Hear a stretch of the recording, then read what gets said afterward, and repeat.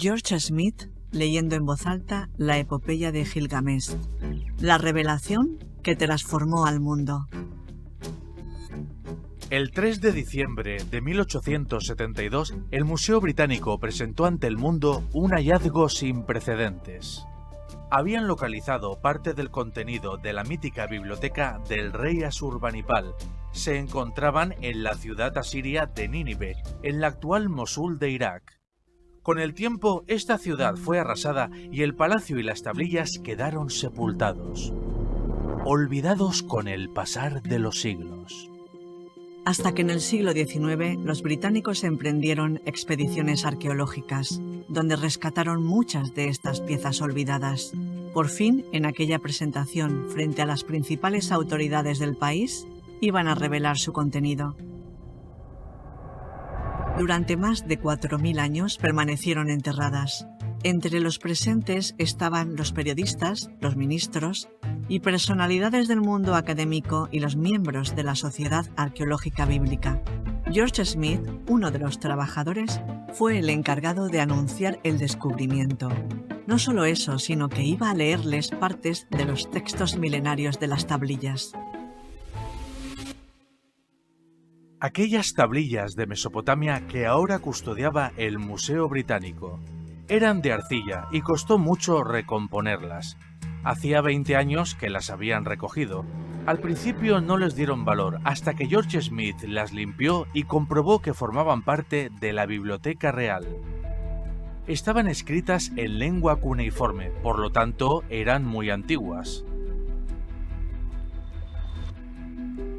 A Smith le llamó la atención la tablilla número 11, la que luego adquiriría fama mundial bajo el nombre de La Epopeya de Gilgamesh, pasando a la historia como la primera obra de ficción escrita reconocida que hemos hallado hasta la fecha.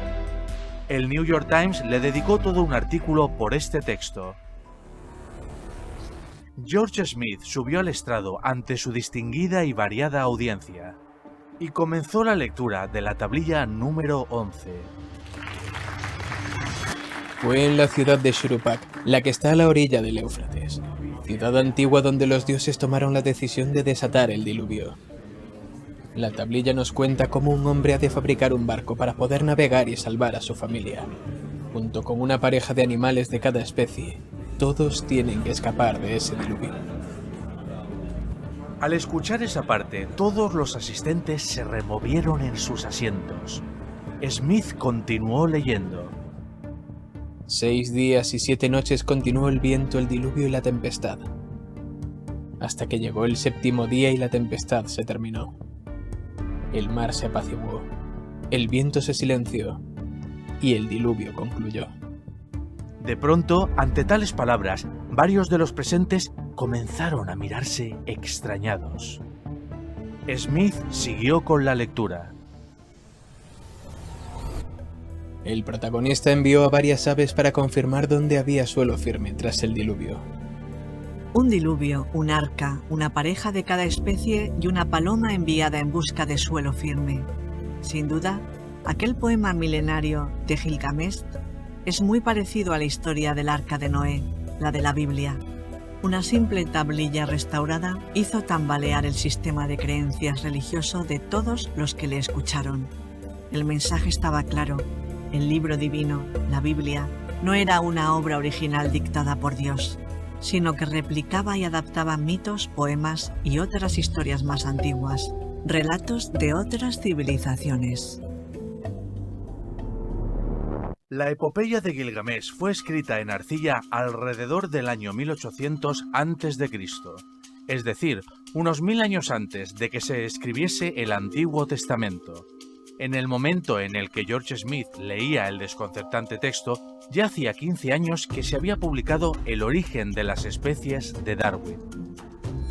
En aquel Londres de 1872, un mero empleado había generado una gran expectación con la lectura de unas tablillas milenarias. Su contenido supuso toda una revelación. La lectura pública de la epopeya de Gilgamesh tuvo un profundo impacto en la Inglaterra victoriana. Su mensaje y su onda expansiva se trasladaron al resto del globo. Nada nuevo bajo el sol, nada de palabras de origen divino. Todo provenía de un texto mucho más antiguo. En conclusión, aquella sesión fue una de las lecturas en voz alta que más sensación ha causado en la historia. Y que demuestra que el poder de una buena historia bien contada puede derrumbar todo un sistema de creencias muy arraigado. George Smith no era arqueólogo ni un erudito, tan solo una persona común, un trabajador con una gran historia que revelar al mundo entero en voz alta. No hace falta ser una persona influyente, un rey, un ministro, el presidente, las Kardashian, un famoso de la tele o de las redes sociales. Como ves, Oscatel, aquí tonterías las justas. Para todos mis compañeros de locución y doblaje, el mensaje más poderoso surge de vuestro interior cuando creéis en las palabras que estáis leyendo. Una voz sincera bastó para que el pasado volviera a hablar.